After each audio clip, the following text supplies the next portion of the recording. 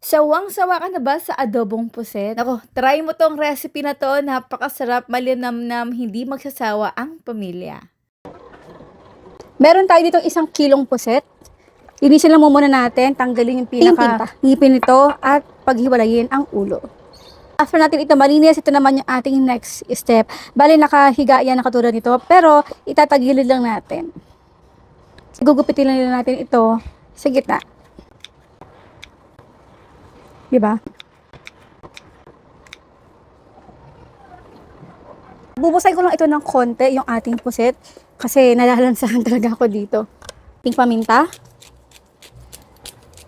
Asin.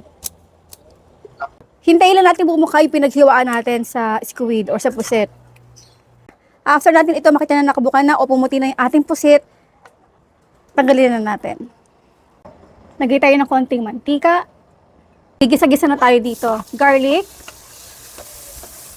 onion, bango, kamatis.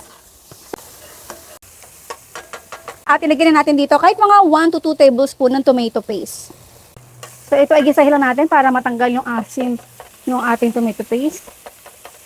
Next, ating 200 grams ng tomato sauce. Ating ketchup, 1/4 cup. Pineapple tidbits na 150 grams. Lahat yan. So medium heat, ay hintayin lang natin ito mag-simmer na mga 5 minutes. Pagkalimutan ang tubig, 1 cup. Pampalasa natin, ito lang, Worcestershire sauce, paminta,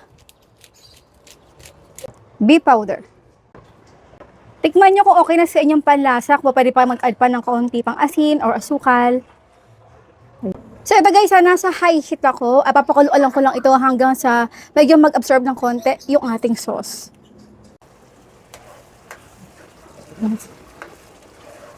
Kapag malapot na nakatulad nito, ilagay na natin yung ating bell pepper. Isa lang to. At yung ating puset. At kung talaga kayo nanonood, ano ang prutas na nalagay natin dito sa ating ulam? Ang inyong sagot sa comment box section.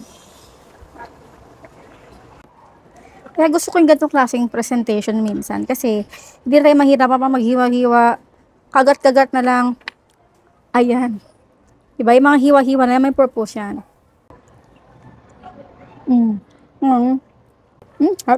Or, hiwaan natin. Diba? Dali. Kapag may kanin, hindi ko na napakita ng dagay tayo ng konting asukal para mabalance. Huwag naman masyadong matamis. Konti lang. Bye.